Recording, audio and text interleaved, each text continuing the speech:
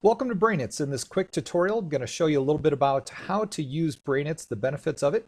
And if you're a teacher and want a little bit more in-depth demonstration on how to use the product, please stick around for the end of the video. All right, so we're going to go ahead and get started. Basically what you do, you need to go ahead and register for to use the product. So we're just going to go ahead and create a little account. You'll do this exactly as I'm doing it here. And you're going to register as a teacher. One of the things that you'll notice when you click OK is that you're going to be assigned a specific teacher ID. This will allow students, when they log in, to pull up only your specific videos. So if a science teacher, a math teacher, and an English teacher are all using Brainitz, then only your videos will show up for the students, so that way they don't have to filter through all of them. And of course, if they want to sign in and look at the videos of another teacher, they'll just use a different ID. So you've now created your account, your teacher number 4. You'll need to log in.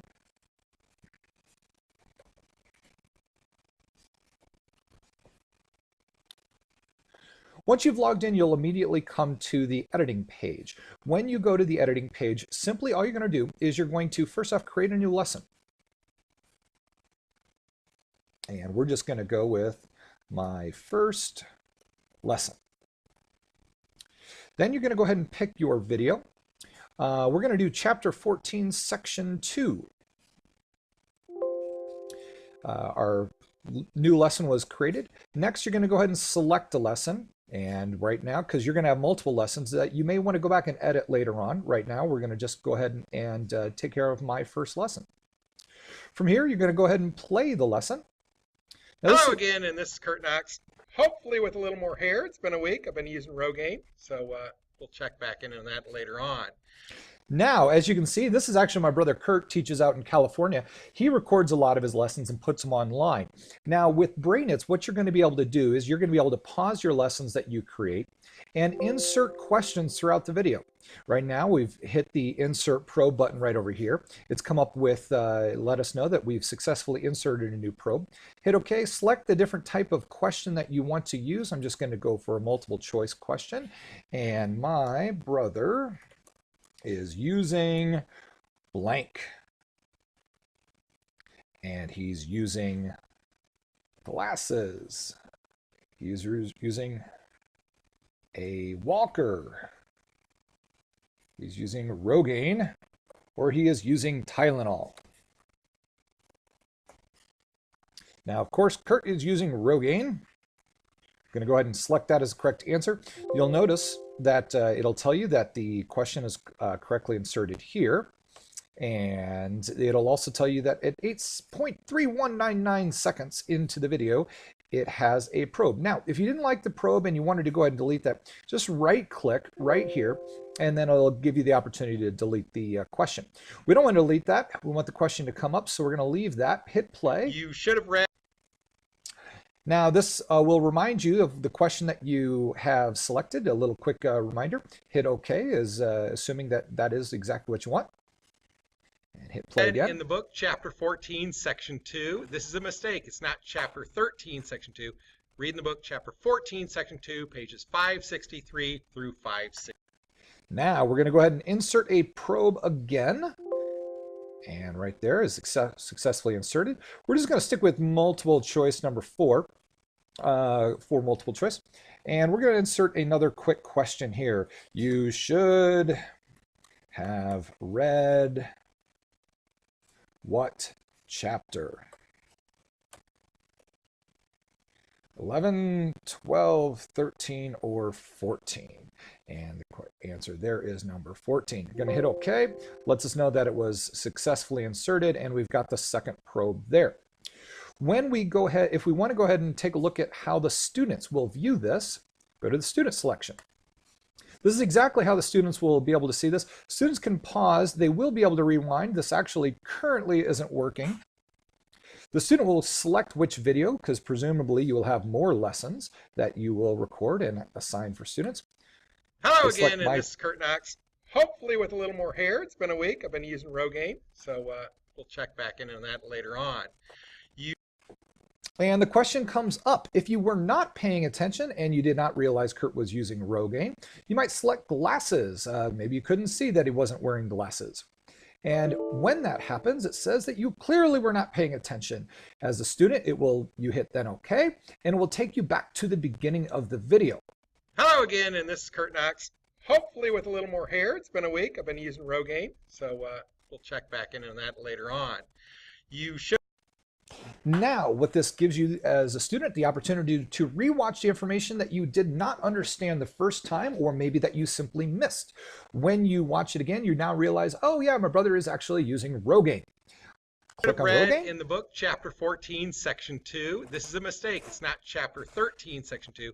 Read in the book, chapter 14, section 2, pages 563 through 569. Now you'll notice the video pauses once again and it asks what chapter you should have read. Now, as we all saw, you should have read chapter 14. But if you were not paying attention, you click chapter 13, it will not take you back to the beginning of the video. It will take you back till just after the last correct answer. So for example, you previously, or we, successfully answered the first question. So if we get the second question wrong, it'll take us back to just after the first question. In the book, chapter 14, section 2. This is a mistake. It's not chapter 13, section 2. Read in the book, chapter 14, section 2, pages 563 through 569. And now, once again, we get to the question and we realize that we should be clicking number 14 for chapter 14 is what we should have read. The essential question for these notes are, what are the parts of blood and what are their functions? Now, you'll notice over here, I just recently hit pause. A student can hit the pause button at any time to allow them, if they need to stop for any given second, but the student cannot fast forward the video. That is intentional, so that way the student has to watch the entire video in order to get to the questions. Whenever they're ready to resume the video, they just hit resume. So you're going to learn about the parts of the blood and again can pause it at any given time. As a teacher, you can simply go back to the teacher page and then add in more probes into the video as you might like. Now, once you are done, we are going to assume that we only wanted to add in 2 questions here just at the beginning of the video. It automatically saves for you and you can head home. Once you have done that, it is done. Your video is up and ready for students to watch. Now, as a student, when your student is ready to watch this video, all they simply need to do initially is they'll need to log in. Matt Friendly, and we're going to have Matt Friendly as M Friendly. We'll just use the same password. They register as a student and hit OK. Once that they have created their account, which you only need to do one time, Matt simply puts in his login and password, and then identifies which teacher's video he wants to watch. Right now it's going to be teacher number 4, which is Mr. Friendly.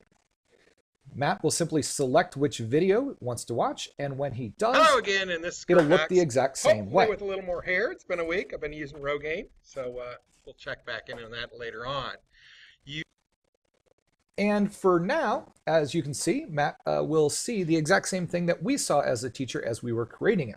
Matt will either get the question right or wrong, and if he gets it wrong, it will kick him back. At this point, you should have read Rogaine. in the book. We'll pause that for a second and hit home. The student will now have the opportunity to save the video for additional to be completed at another time if they want, or they can just exit out. Thank you for watching, and Brainitz is as simple as that.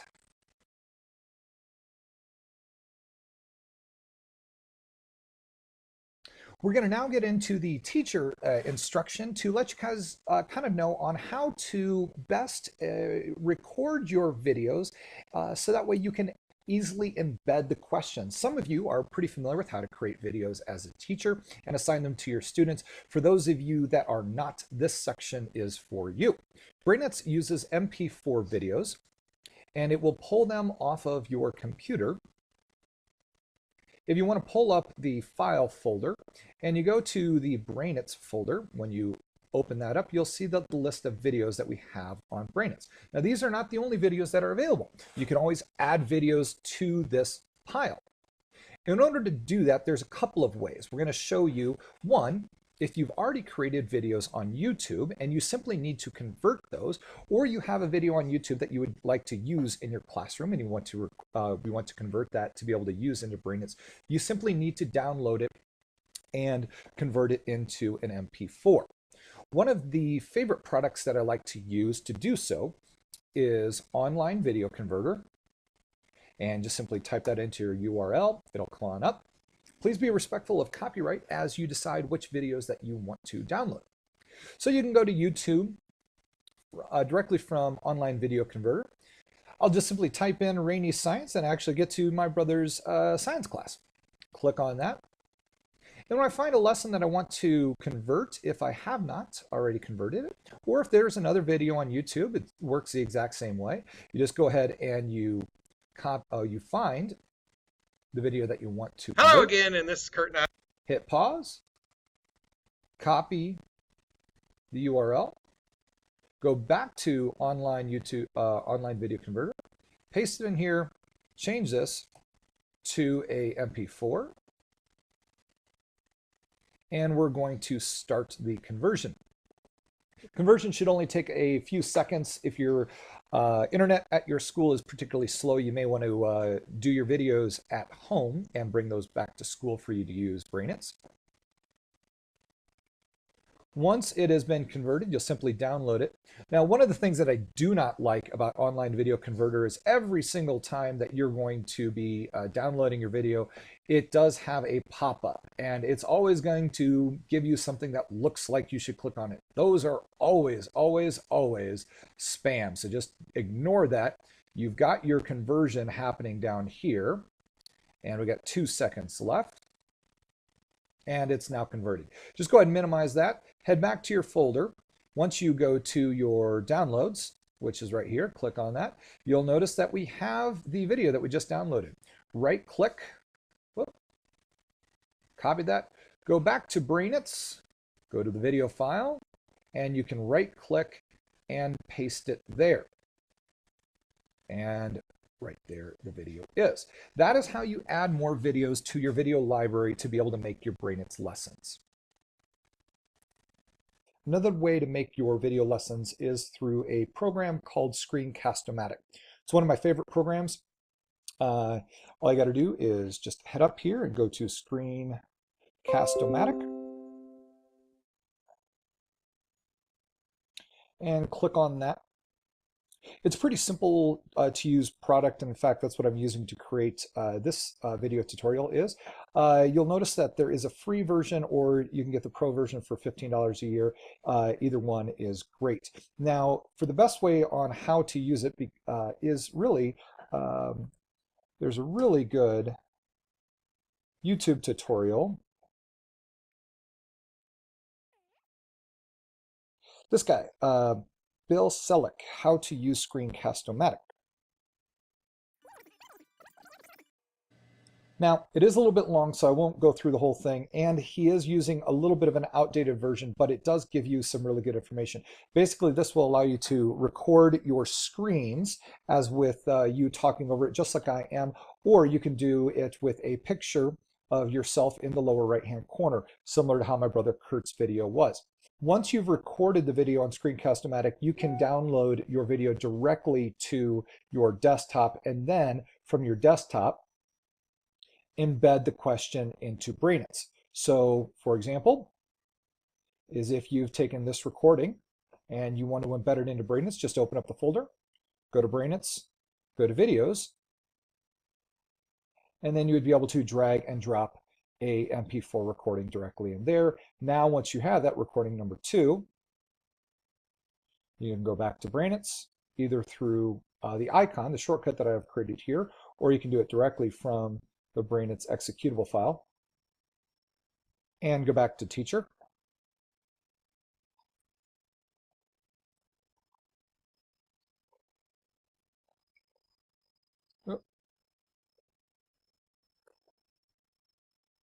And now when you create a new lesson, you will notice that recording shows up and you are able to edit that. Thank you very much. If you have any questions, feel free to email me directly at clintnox@me.com. That's CLINTKNOX knox@me.com. And hope you enjoy Brainitz. We always look for feedback, and take care.